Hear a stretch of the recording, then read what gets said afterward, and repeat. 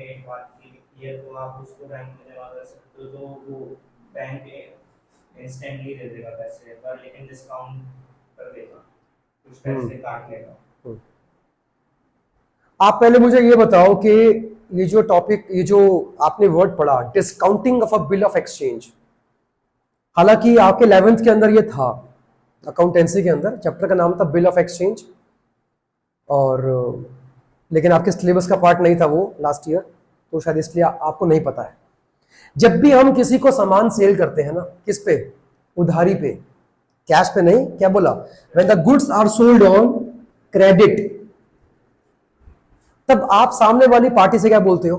ठीक है, तुम अभी मुझे पेमेंट नहीं कर रहे हो, मैं तुम्हें अभी पेमेंट करने के लिए नहीं कह रहा हूं, लेकिन तुम्हें मेरी एक बात माननी पड़ेगी, मैं एक बिल लिख के दे रहा हूं, उस पर वो सारी बातें लिखी होंगी जो हमारे बीच में तय हुई हैं। बताओ बिल के ऊपर क्या लिखा होगा? ध्यान सुन लो, बिल ऑफ एक्सचेंज कौन लिखता है? सेलर, जो बेचता है सामान, वो लिखता है। उस पर साइन किसके होते हैं? परचेजर, जिसने सामान परचेज करा है, जिसने वादा करा कि मैं आपको पे करूंगा इस डेट पर, 2 महीने बाद या 6 महीने बाद, जो भी है, वो सिर्फ साइन करेगा। तो इसका मतलब साफ हो गया कि बिल कौन लिखेगा? सेलर, जिसने सामान सेल करा है। और वो सामान किस पर सेल होना चाहिए? क्रेडिट पे। मतलब कहने का क्या है कि बिल ऑफ एक्सचेंज का इस्तेमाल कभी भी कैश ट्रांजैक्शन के टाइम पे इस्तेमाल नहीं होता है। यहां तक क्लियर है? मैंने आपको सामान सेल किया, आपने आगे पेमेंट 2 महीने के बाद दूंगा, मैंने कहा ठीक है, मुझे कोई दिक्कत नहीं है, मैं एक बिल लिख रहा हूं, और वो बिल नहीं, वो क्या है? ड्राफ्ट है। क्या है वो ड्राफ्ट है। मैंने लिखा, मैंने उसके ऊपर सारी की सारी इंपॉर्टेंट इंफॉर्मेशन को लिखा कि आपने मुझसे इस तारीख में, इतनी क्वांटिटी में, इतने प्राइस पे आपने मुझसे सामान परचेज किया, और आपने मुझे इतने टाइम के बाद पेमेंट करने का वादा करा है। वो सब लिख के मैं आपको दे दूंगा। अभी तक वो सिर्फ एक ड्राफ्ट है। क्या है वो ड्राफ्ट है। जैसे ही तुमने उसको पढ़ा, क्या तुम बिना पढ़े साइन कर दोगे उसके ऊपर? आपके लिए पढ़ना इंपॉर्टेंट क्यों है?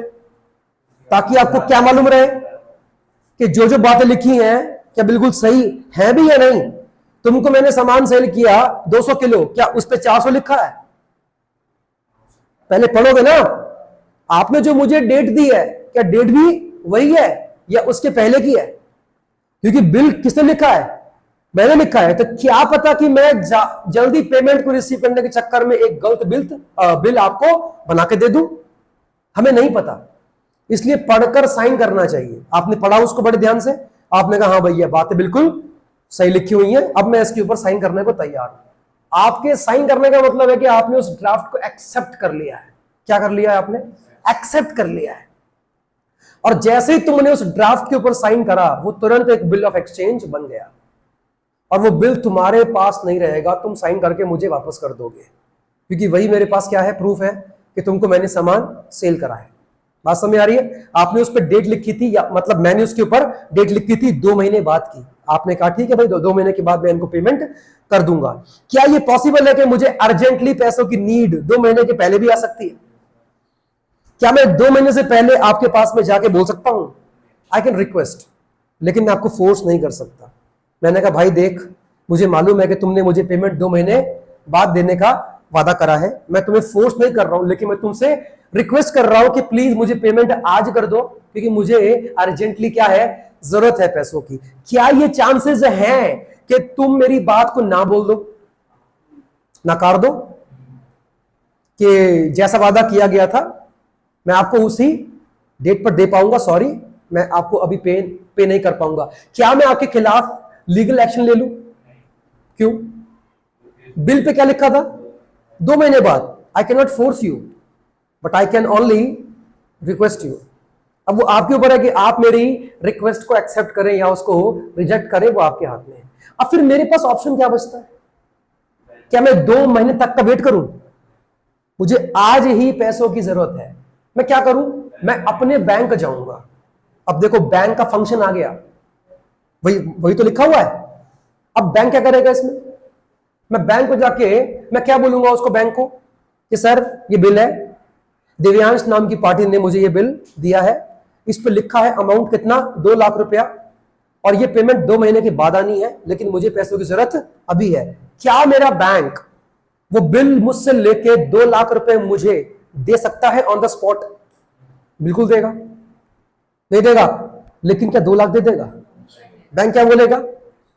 बैंक क्या बोलेगा? हम सर इसमें से डिस्काउंट चार्जेस काटेंगे। क्यों काटोगे भाई? क्यों काटोगे?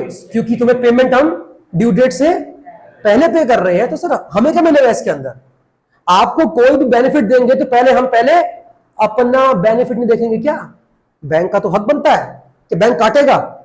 चांसेस है कि बैंक आपके अकाउंट में 1,98,000 1,98,000 रुपीज ट्रांसफर करे, 2,000 रुपए बैंक ने अपना डिस्काउंट चार्जेस काट लिए। बात समझ आई है? अब वो बिल का मालिक कौन बना? बैंक बन चुका है। जैसे ही तुम्हारे अकाउंट के अंदर पैसे आ गए, बैंक ने भेज दिए, अब वो बिल तुम्हें बैंक को हैंड ओवर करना पड़ेगा। अब वो बिल बैंक के पास है। अब बैंक उस बिल के साथ में क्या करेगा? 2 महीने बाद दिव्यांश के पास जाएगा, बोलेगा देखो भैया ये बिल आप ही ने दिया था, ये साइन आप ही किए? बोलेगा हाँ जी मेरे। इस बिल का ड्यू डेट ऑफ मैच्योरिटी आज है, पे करिए। क्या दिव्यांश को उनको पे करना पड़ेगा? हाँ। क्या इसके भी चांसेस है कि दिव्यांश जो है पेमेंट करने से मना कर दे? मैं नहीं कर रहा, मैं पेमेंट नहीं कर रहा। इसको हम अकाउंटिंग की भाषा में क्या बोलते हैं? बिल क्या हो गया? डिसऑनर हो गया। बाउंस नहीं, क्या बोलते हैं? डिसऑनर हो गया। तो इसका मतलब यह है कि बैंक का पैसा गया। अब बैंक क्या बोलेगा? जिसके नाम का बिल था उससे पैसा नहीं मिला, अब पैसा उससे लो जिसने ये बिल दिया, लेकिन बैंक अपना पैसा लेके रहेगा। चलो मान लेते हैं कि दिव्यांश ने बैंक को पेमेंट कर दिया। अब क्या वो बिल बैंक अपने पास ही रखेगा? क्या बोलेगा? इनको बिल देके इनसे पैसा ले लेगा। अब बिल इनके पास। अब ये इस बात का सबूत है कि ये पेमेंट कर चुके हैं, तभी इनके पास बिल आ चुका है। ये क्लियर है? ये भी एक फंक्शन है बैंक का। कौन से बैंक की बात कर रहा हूं मैं आपसे? कमर्शियल बैंक की बात कर रहा हूं। कमर्शियल बैंक का ये भी एक सेकेंडरी फंक्शन है। प्राइमरी फंक्शन सिर्फ 2 होते हैं, accepting deposits, advancing of loans. ये सिर्फ 2 फंक्शंस हैं। कौन से वाले? Primary function.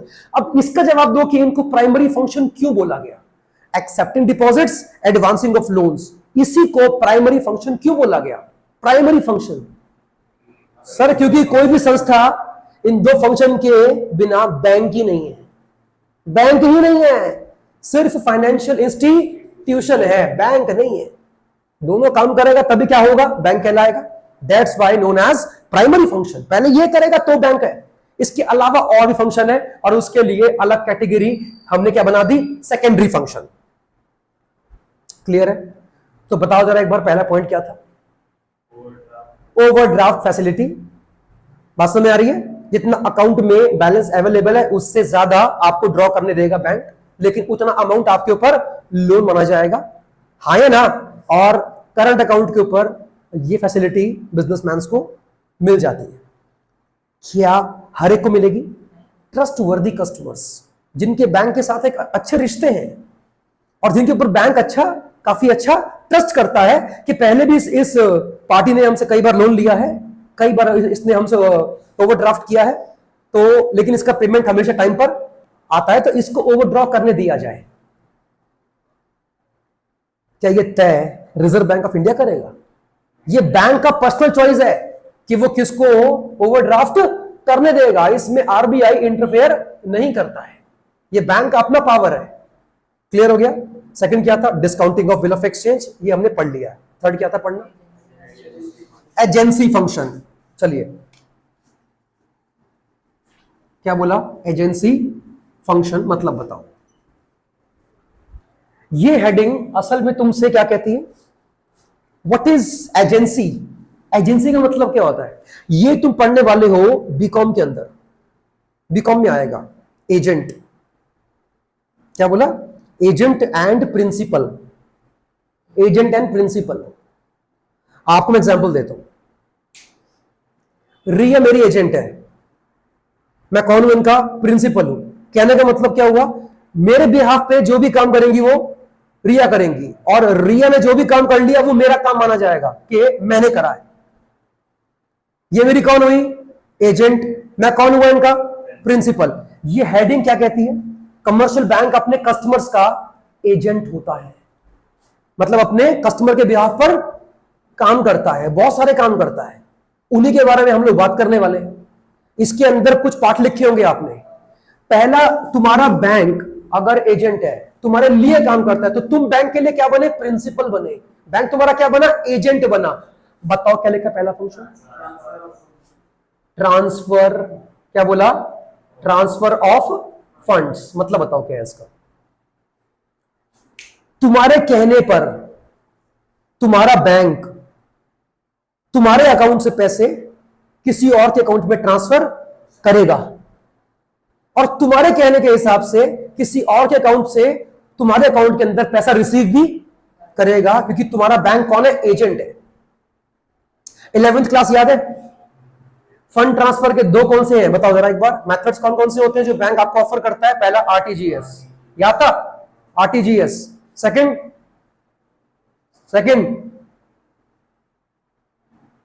बताओ क्या था? कुछ था ऐसा? NEFT and RTGS. क्या फुल फॉर्म है? चलो ये तो आपको ध्यान था नहीं, बताओ मतलब एक बार मतलब क्या है? Real time gross settlement. ये क्या था? National electronic fund transfer. ये दो काम करता है बैंक। कुछ जानता मतलब क्या है इसका? दोनों मेथड के अंदर काम एक ही होता है। क्या? फंड ट्रांसफर किए जाते हैं। बैंक करेगा आपके लिए। आरटीजीएस 2 लाख से ऊपर होता है। 2 लाख से ऊपर? इसमें 2 लाख से ज्यादा होता है? बिल्कुल सही जवाब। इसमें 2 लाख से कम होता है। 2 लाख से कम। आप बैंक के पास गए, कह रहे हैं मुझे 1.5 लाख का पेमेंट ट्रांसफर करना है, फंड ट्रांसफर करना है, और तुमने गलती से फॉर्म पे आरटीजीएस भर दिया, तुम्हें बैंक से क्या मिलेगा? फॉर्म मिलेगा। अगर तुम्हें फंड ट्रांसफर करने हैं तो उसके लिए आपको बैंक से फॉर्म मिलेगा। फॉर्म पे क्या लिखा होता है? RTGS and NEFT. तुमने कितने ट्रांसफर करने थे? 1.5 लाख, लेकिन तुमने गलती से आरटीजीएस भर दिया। बैंक कौन सा यूज करेगा? बैंक इसी को यूज करेगा। तुमने भले ही उस पर क्या भर दिया? आरटीजीएस। अगर ट्रांजैक्शन 2 लाख से कम है तो बैंक ऑटोमेटिकली फंड ट्रांसफर करने के लिए कभी भी इसका इस्तेमाल नहीं करेगा।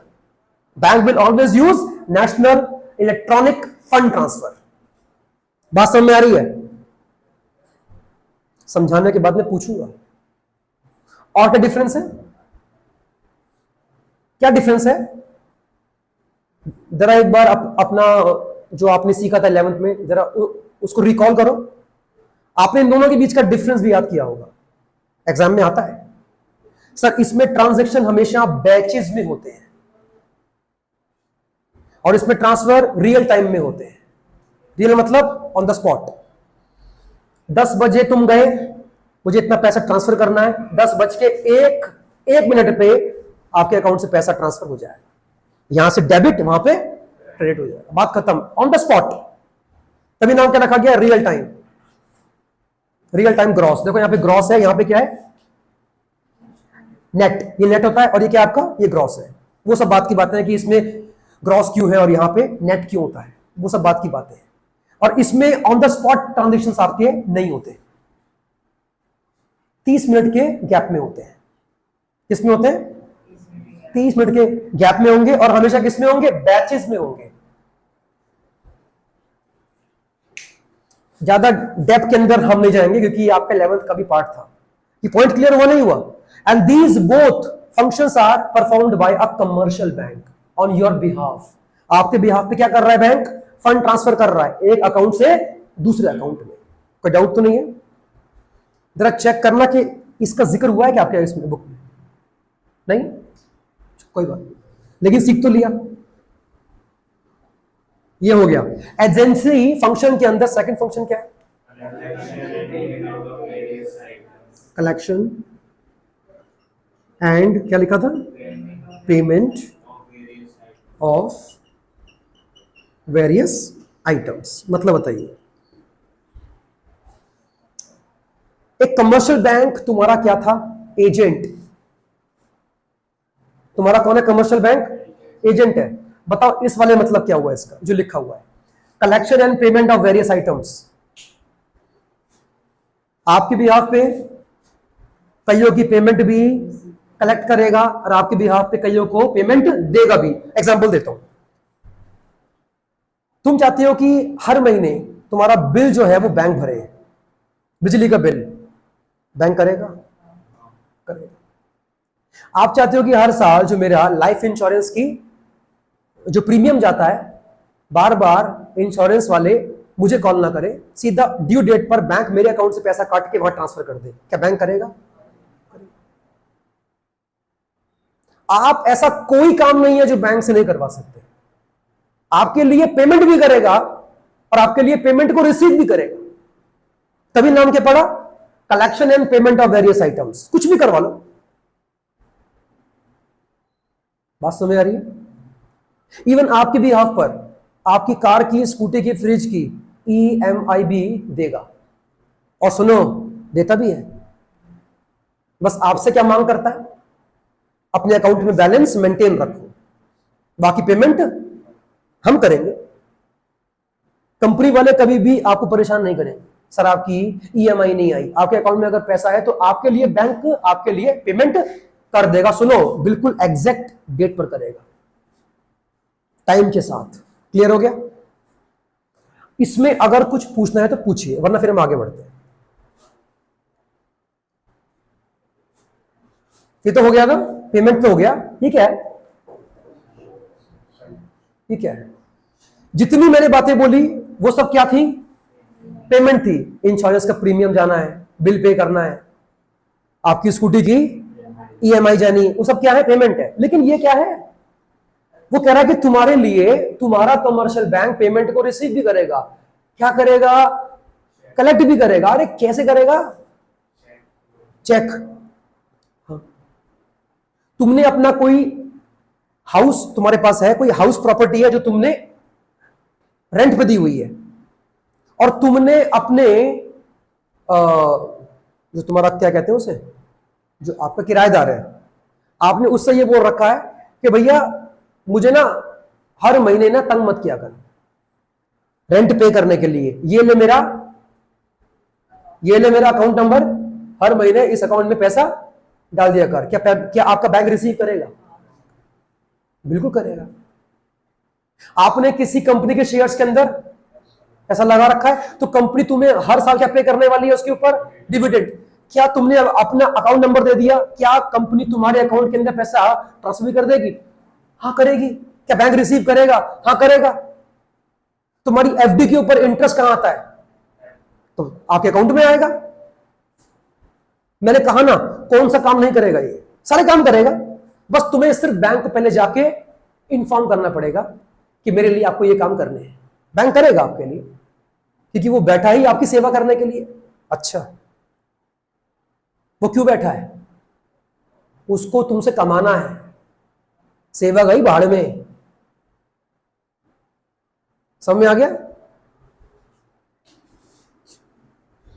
नेक्स्ट,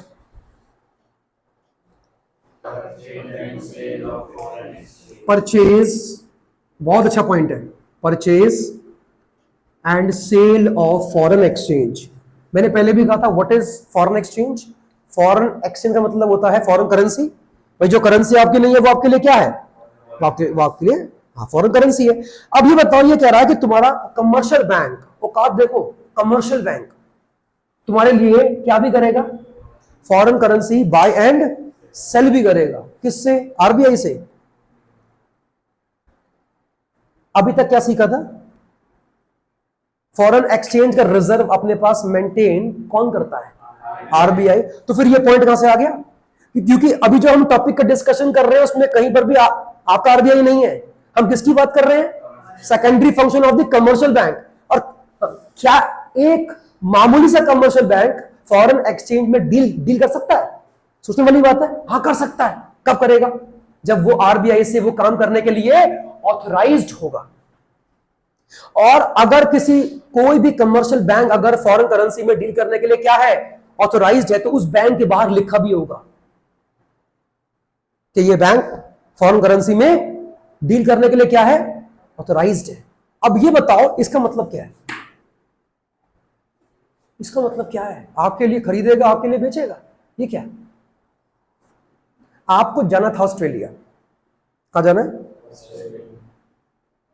क्या तुम फॉरेन करेंसीज के लिए आरबीआई के पास जाओगे कि सर मैं कहां जा रहा हूं, I am going to Australia, तो उसके लिए मुझे क्या चाहिए? Australian dollars.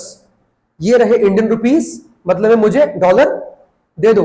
आपने अब तक क्या सीखा था कि सर आरबीआई आम लोगों के साथ डील नहीं करता है, तो फिर हमारे पास क्या रास्ता है? ऐसे कमर्शियल बैंक भी होते हैं जो फॉरेन करेंसीज में डील करने के लिए क्या होते हैं?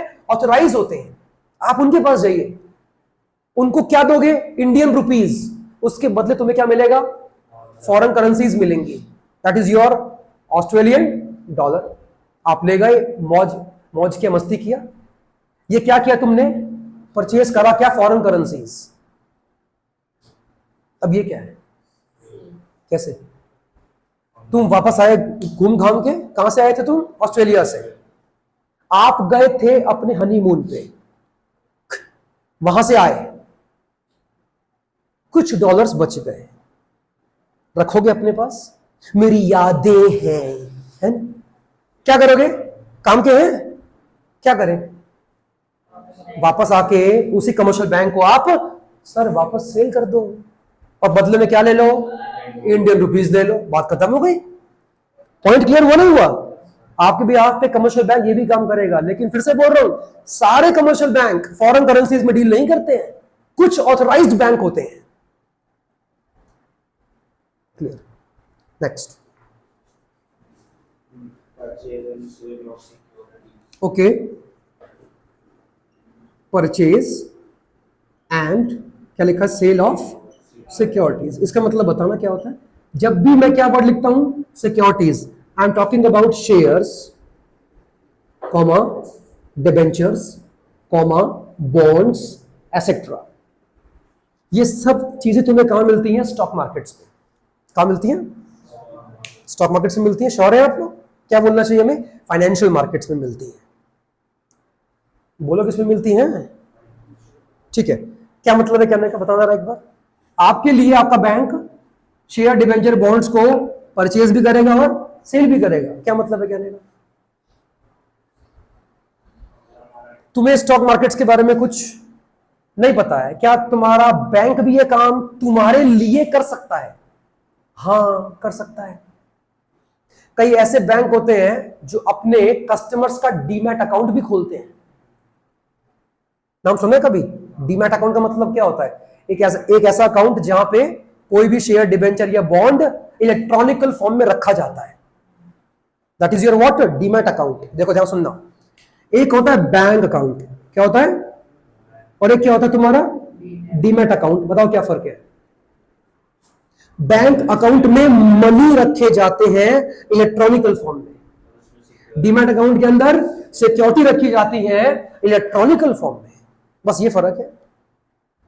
क्या बैंक तुम्हारे लिए डीमैट अकाउंट भी खोल सकता है ताकि तुम उसके अंदर अपनी सिक्योरिटीज को रख सको, बेच सको और फिर उसे परचेज भी कर सको? हाँ, कई सारे बैंक ये वाला काम भी करते हैं। सर बात समझ में आ रही नहीं आ रही है? बोलो भाई।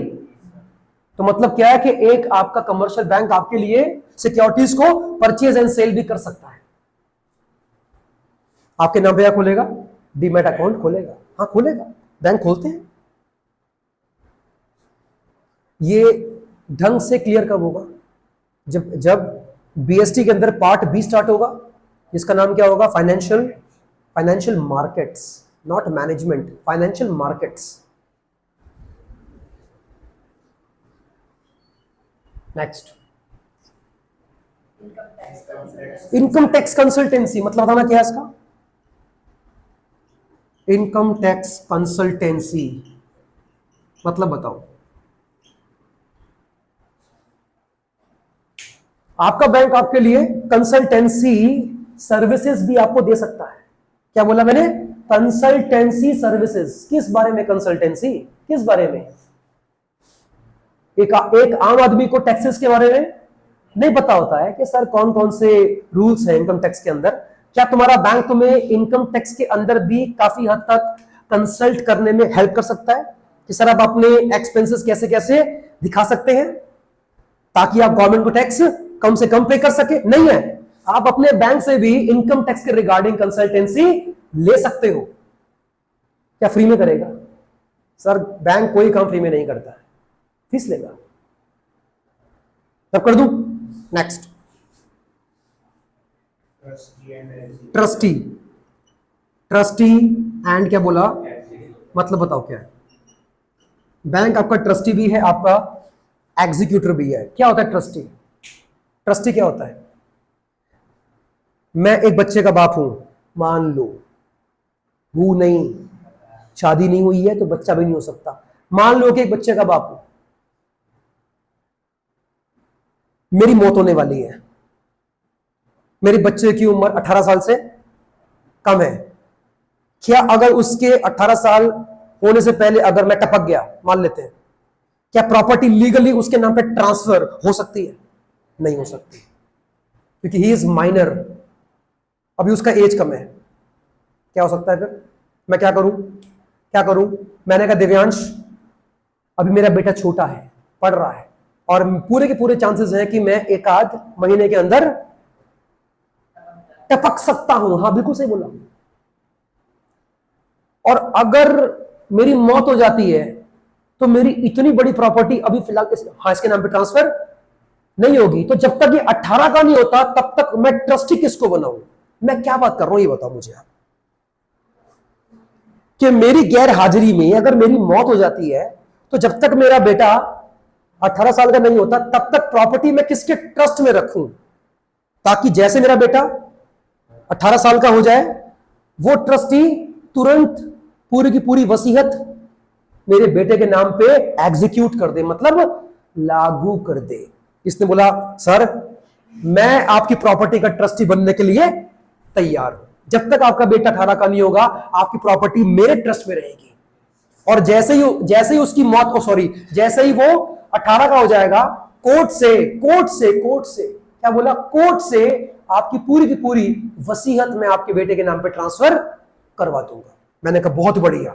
मैंने वकील बुलाया, अपनी वसीयत लिखवाई, और उस वसीयत के अंदर, उस विल के अंदर मैंने इनको अपनी प्रॉपर्टी का ट्रस्टी बना दिया, क्योंकि अभी अपने बेटे के नाम पे मैं अपनी प्रॉपर्टी ट्रांसफर नहीं कर पाऊंगा, क्योंकि वो भी क्या है? माइनर है। बात समझ में आ रही है? मेरी हो गई मौत, हो गई डेथ। कह रहा हाँ ठीक है, चलो कोई तो हटे, जान छूटे ससुरा, कुछ तो हटे। मेरी हो गई डेथ, मान लेते हैं। बेटा मेरा अभी 18 साल से क्या है? कम है। क्या ये चांसेस है कि इनकी इस बीच में नीयत भी खराब हो सकती है? अब इसने दिमाग लगाया कि अगर मैं इस बच्चे को भी मरवा दूं तो पूरी की पूरी प्रॉपर्टी का मालिक मैं बन सकता। और सुनो, ऐसा होता है। इसलिए अब मैं दिव्यांश जैसे लोगों पे विश्वास नहीं करता। तो क्या मैं अपनी वसीयत बैंक के हवाले कर सकता हूं कि बैंक जब तक मैं जिंदा हूं और मेरी मौत के बाद जब तक मेरा बेटा 18 का नहीं होगा, पूरी की पूरी वसीयत आपके पास रखता हूं एज अ ट्रस्टी। बैंक तुम्हारा ट्रस्टी भी बन सकता है। मान लो कि वाइफ नहीं है, मान लो कि वाइफ अभी तो शादी तो हुई नहीं है, बेटा 18 साल का कैसे हो गया मेरा? समझ नहीं आ रहा। अबे एग्जाम्पल दे रहा हूं। कह रहा है सर बच्चे को क्या पता कि शादी के पहले होना है या बाद में होना है, बच्चे तो बेचारे मासूम होते हैं। तेरा सत्यानाश हो। यहां देखो है, ऐसा है। अभी तक जो मेरी फैमिली नहीं है ना, उसको लेके मजाक नहीं करने का बता रहा हूं, बिल्कुल। I am so serious regarding this. क्या लिखा है? बनाएंगे बहुत जल्द, वो दिन भी आएगा। क्या लिखा है? पढ़ना। क्या बैंक मेरा ट्रस्टी बन सकता है? क्या मैं अपनी विल बैंक के पास जमा कर सकता हूं? बैंक रखेगा, ठीक है। और मेरा बेटा जैसे ही 18 का हो जाएगा तो बैंक क्या करेगा? कोर्ट से पूरी की पूरी विल मेरे बेटे के नाम पे एग्जीक्यूट कर देगा। पॉसिबल? अच्छा, बैंक मेरे लिए एक सेफ ऑप्शन क्यों है? क्योंकि बैंक पे किसका हाथ है? आरबीआई का। आरबीआई एक गवर्नमेंट बॉडी है। इसका मतलब है कि बैंक के हाथ में रख दिया, मतलब गवर्नमेंट के हाथ रख दिया, सेफ है। दिव्यांग जैसे बहुत सारे चोर टाइप के आदमी मेरे आसपास घूम रहे हैं, जिनकी नीयत लगी है मेरी प्रॉपर्टी के ऊपर। और भाई ऐसा होता भी है, क्या मान रहे हो? होता है। तो bank can become the trustee as well as executor. बात समझ आई? Next, letter of reference. Letter of क्या बोला, रेफरेंस। ये क्या होता है? इसे कभी कभी कहते हैं लेटर ऑफ गारंटी। क्या कहते हैं? Letter of guarantee. क्या ये वर्ड लिखा जाता देखो, लेटर ऑफ रेफरेंस और लेटर ऑफ गारंटी। ये क्या होता है? क्या बैंक तुम्हारे लिए किसी को गारंटी दे सकता है? कैसे? तुम्हारा बैंक तुम्हारे लिए गारंटी देगा कि हम पेमेंट करेंगे, अगर इसने पेमेंट नहीं करी तो क्या बात कर दी? बोलो भाई। मैंने बोला, मैं अपने बैंक के पास गया, मैंने कहा बैंक मैं हाथ जोड़ता हूं,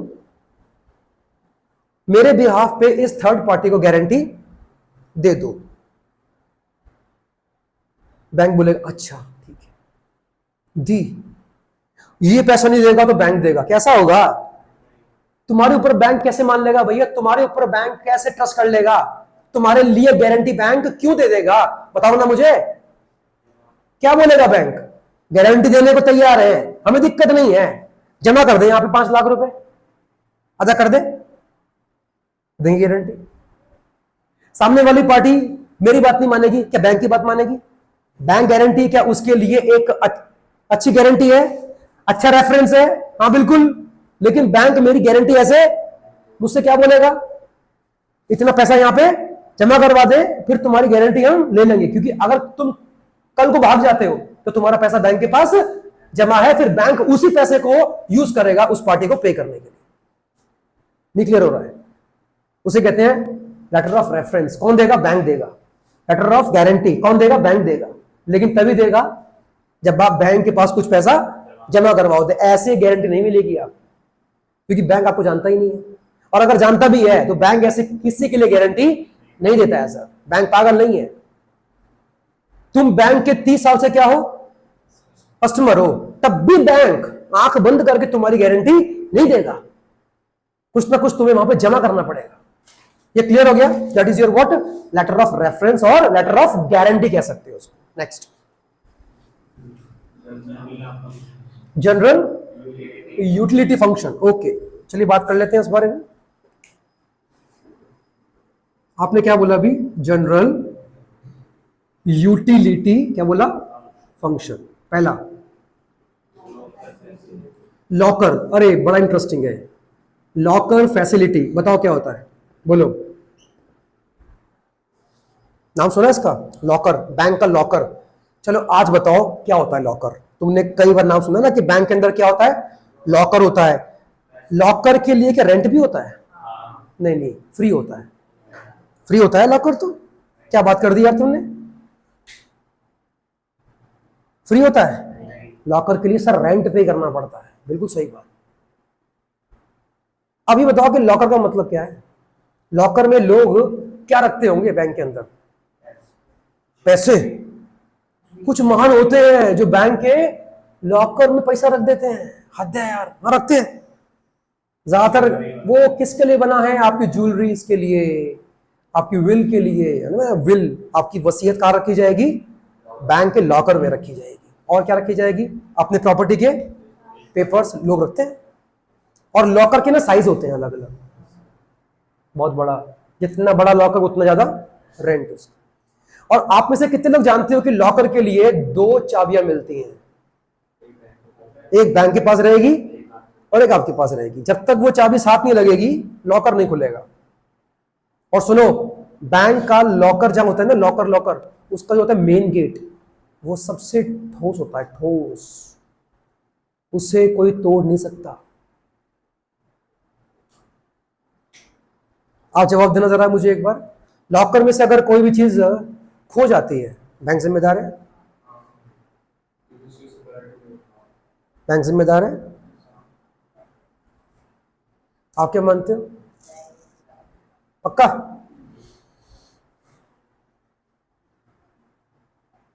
श्योर? घर जाके जरा इसको एक बार आज चेक करना। अगर कोई बैंक भाग जाता है, डूब जाता है, और उसमें रखे सारे के सारे कस्टमर्स का पैसा भी गया, क्या मिलेगा आपको? कुछ नहीं, है ना? मिलेगा क्या? मिलेगा क्या? मिलना चाहिए। बैंक डूब गया या बैंक भाग गया, मान लेते हैं, कुछ मिलेगा? आपकी गलती क्या है? आपको तो पैसे लेके भाग गया बैंक। किसका नाम खराब होगा? आरबीआई का। तो आरबीआई ने इसके लिए क्या लॉ बनाया है? हर एक बैंक अकाउंट होल्डर के लिए आरबीआई 5 लाख का इंश्योरेंस ऑफर करती है कि अगर कोई बैंक भागा, उसके अंदर जितने भी कस्टमर हैं उन सबको सिर्फ 5 लाख आरबीआई देगा। अगर तुम्हारा उसमें रखा था 7 लाख, बैंक भाग गया या डूब गया, तुम्हारे कितने डूब गए? 7 लाख, तुम्हें कितना देगा आरबीआई? बाकी 2 लाख का आपका नुकसान है।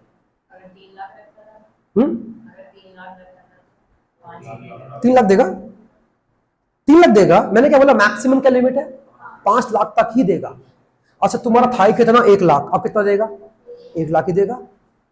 मैक्सिमम लिमिट 5 लाख की है। यकीन नहीं है तो एक बार ना घर जाके चेक कर लेना कि what is the maximum insurance given by RBI to the customers in case अगर कोई बैंक डूबता है, बैंकरप्ट या भाग जाता है, कोई भी केस हो सकता है। 5 लाख आरबीआई इंश्योरेंस। क्लियर है? तो लॉकर का मतलब क्या आपको हुआ क्लियर? लॉकर कभी भी फ्री ऑफ कॉस्ट नहीं मिलता, इसके लिए आपको रेंट पे करना पड़ता, और रेंट आपकी कॉस्ट है। और हां, लॉकर में रखी कोई भी चीज अगर खोती है, घर जाके पढ़ लेना, बैंक रिस्पॉन्सिबल नहीं होता है। लॉकर की पहले आपको मिलता है फॉर्म, एग्रीमेंट होता है एक, उसमें लिखा होता है in case of any loss from the locker bank is not responsible. वो आपकी जिम्मेदारी। भाई बैंक क्यों लेगा यार उस चीज की जिम्मेदारी? लॉकर दे दिया आपको, सही बात है, लेकिन उसमें जो पेपर, और हाँ, पूरी की पूरी एकदम सिक्योरिटी बैंक रखेगा उस चीज की, लेकिन अगर तब भी कुछ होता है तो उसके लिए साफ साफ लिखा होता है बैंक इज नॉट रिस्पॉन्सिबल, साफ लिखा होता है। आप कहीं पढ़ना घर जाके एक बार। क्लियर हो गया? ये इसका मतलब। अब आपने गलती से चाबी खो दी, क्या बोलोगे बैंक जिम्मेदार है? गलती आपकी है, लॉकर नहीं खुल रहा आपका। क्लियर है? आगे बताओ क्या बोला आपने? पहले ये पढ़ लेते हैं, अंडर राइटिंग ऑफ क्या बोला? सिक्योरिटीज। अगेन वर्ड क्या आ गया? सिक्योरिटी मतलब शेयर डिवेंचर जो था। हाँ जी, मतलब बताओ क्या है इसमें? अंडर राइटिंग ऑफ सिक्योरिटीज, ये ऑप्शन होता है कंपनी के लिए। किसके लिए होता है? कंपनी के लिए। एक बात बोलूंगा, बड़े ध्यान सुनना। एक पब्लिक कंपनी, क्या बोला? एक पब्लिक कंपनी मार्केट में आईपीओ लेके आ रही है, इनिशियल पब्लिक ऑफरिंग लेके आ रही है, पहली बार अपने शेयर्स लोगों को एक कंपनी बेचने वाली है। ठीक है? कंपनी 1 लाख इक्विटी शेयर बेचना चाहती थी, लेकिन कंपनी को डर है। किस बात का? At the rate of rupees, चलो कितना मान लिया? 10 ईच, 10 रुपए का एक शेयर बेचेगी और कुल 1 लाख शेयर बेचना चाहती है। तो बताओ मार्केट से कितना पैसा रेज करना चाह रही है? 10 लाख रुपया रेज करना चाह रही है। क्या ये पॉसिबिलिटी है कि पूरे के पूरे 1 लाख शेयर ना बिके? कंपनी के बिके सिर्फ 80,000 शेयर। कितने बिके? 80,000। अभी भी 20,000 शेयर्स कंपनी के नहीं बिके। इस डर से अपने आप को बाहर निकालने के लिए कंपनी के पास एक ऑप्शन क्या होता है कि बैंक के पास जाती है कंपनी और क्या बोलती है? हमारे साथ एक कॉन्ट्रैक्ट साइन करो जिसमें क्या लिखा होगा कि अगर हमारे शेयर्स नहीं बिकते तो वो जो शेयर नहीं बिक पाए वो हमसे कौन लेगा? बैंक लेगा। बैंक क्या बना? Under writer. क्या बना? Under writer. और इस काम के लिए बैंक क्या लेगा? कंपनी से कमीशन लेगा, ब्रोकरेज लेगा। 80,000 शेयर बिके, 20 नहीं बिके, 20,000 नहीं बिके, बताओ ये 20,000 शेयर कौन लेगा? बैंक लेगा। अब चाहे वो बैंक वो शेयर अपने पास रखे या किसी और को बेच दे, वो बैंक के ऊपर है, लेकिन 20,000 शेयर बैंक लेगा। कंपनी के पास पूरी गारंटी आ गई 1 लाख शेयर बिकने की, आए ना? चलो, पूरे 1 लाख के 1 लाख शेयर बिक गए, बैंक के लेगा कुछ नहीं। इसका मतलब है कि कोई कमीशन नहीं बनता। बैंक ने क्या लिया? कुछ नहीं। अरे बैंक ने कितने शेयर लिए? कुछ नहीं, सारे के सारे शेयर्स बिक गए कंपनी के। तो बैंक को क्या कंपनी कमीशन या ब्रोकरेज भी पे करेगी? क्या अब भी पे करेगी? अब भी करेगी पे? बताओ भाई। माना कि आपके सारे के सारे शेयर्स, लेकिन ना बिकने का रिस्क तो बैंक ने अपने ऊपर लिया था। उस रिस्क का पैसा दो, लेगी ब्रोकरेज तो लेगी। नहीं बिकते हैं, ब्रोकरेज प्लस शेयर भी लेगी। अब कंपनी के पास आई दो चीजें, पहला शेयर्स आए तो कंपनी क्या बनी, वो बैंक क्या बना, उसका शेयर होल्डर बन गया। सेकंड क्या मिलेगी उसको? कमीशन मिलेगा। किससे मिलेगा? कंपनी से मिलेगा। अगर सारे शेयर बिक गए, bank will not become share holder, but still it will receive the commission, जिसका नाम होगा ब्रोकरेज। वो तो आपको देना पड़ेगा, क्योंकि बैंक ने रिस्क अपने ऊपर लिया है। डाउट? नेक्स्ट, ट्रैवलर्स चेक का मतलब क्या होता है बोलो? बैंक आपको एक ऐसा चेक देता है, लिखता हूं पहले, ट्रैवलर्स चेक। बोलो भाई। बैंक आपको एक ऐसा चेक देता है जो आप किसी भी कंट्री के अंदर भी इस्तेमाल कर सकते हो, पैसा विड्रॉ करने के लिए या किसी को पेमेंट करने के लिए। ट्रैवलिंग के टाइम पे इस्तेमाल जो होगा चेक, वो क्या होता है तुम्हारा? Travellers cheque. किसी भी कंट्री के अंदर आप इस चेक को यूज कर सकते हैं। ये वो चेक नहीं जो आप सोच रहे हो, नॉर्मल चेक जो होता है ये वो नहीं है। ट्रैवल का मतलब होता है कि कहीं पर भी अगर आप ट्रैवल करते हो, किसी भी कंट्री में ट्रैवल करते हो, you can use this cheque. और ये कौन देगा? बैंक देगा। फंक्शन है। नेक्स्ट,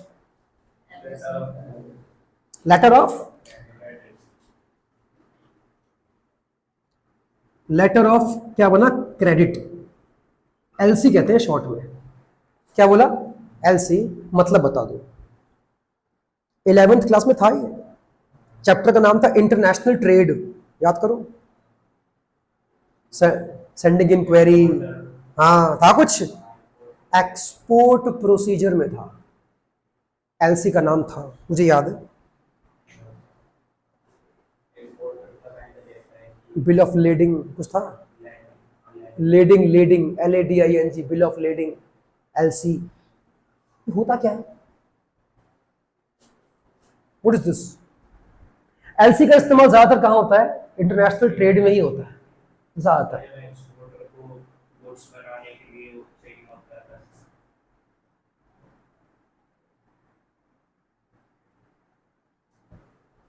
आप कहां बैठे हो? इंडिया में। इंपोर्टर हो, कौन हो? सामान कहां से आ रहा है? अमेरिका से। वो लोग कौन हुए? एक्सपोर्टर। वो तुम्हें सामान एक्सपोर्ट करने को तैयार है, लेकिन पहले उनकी मांग यह है कि पहले पेमेंट भेजो। आप क्या भेज दोगे? तुमने यहां से, आपने यहां से पे कर दिया, क्या गारंटी कि सामान आएगा? तुमने कहा नहीं, पहले सामान भेज फिर पे करूंगा।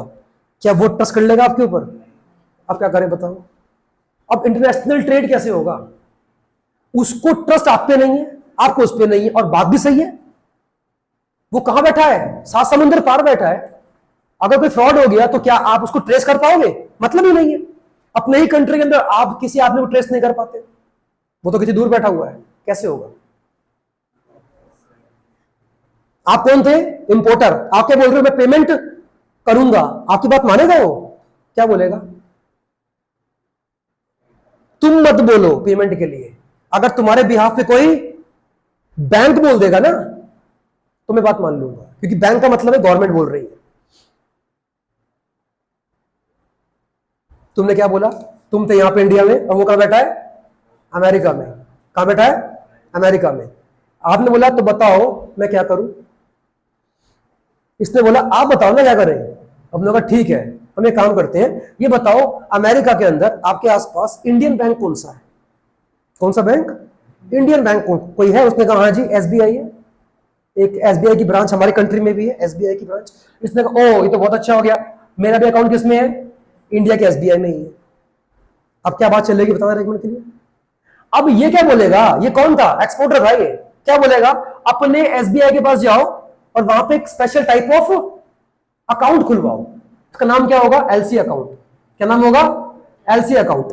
और वो पेमेंट जो आप मुझे पे करने वाले हो ना, इसमें जाके जमा करवा दो। एलसी अकाउंट की एक खूबी होती है कि इसमें अगर एक बार पैसा जमा हो गया तो ये वापस उसको विड्रॉ नहीं कर सकता। इसने वहां पे जाके पैसे जमा कर दिए। ये वही रिपोर्ट इंडिया की एसबीआई की ब्रांच ये रिपोर्ट यहां भेजेगी। कहां पे? जो कहां पे है आपकी ब्रांच? अमेरिका में, कि हाँ भाई पेमेंट आ चुकी है, हाँ या ना। ये पेमेंट का प्रूफ देगा इसको, एक्सपोर्टर को, और ये यहां पे सामान लोड कर देगा, इस पे शिप पे कर देगा। कौन काम आया तुम्हारे? कमर्शियल बैंक काम आया। तुम्हारा एलसी अकाउंट खोला है इसने। एलसी अकाउंट के बिना तुम सामान परचेज या सेल नहीं कर पाते, क्योंकि दोनों को ही आपस में ट्रस्ट नहीं दूसरे के ऊपर, और इनफैक्ट ऐसा ही होना चाहिए। ये सेफ साइड है। क्लियर हो रहा है? बस इसमें इतना कुछ नहीं, आगे बताओ। फिनिश? तो बाकी हम करेंगे बाद में। अगला टॉपिक का नाम क्या बताया मैंने? Money creation by the commercial bank. इस पर लिख लो, वेरी इंपॉर्टेंट, मोस्ट इंपॉर्टेंट, ये बोर्ड में आता है।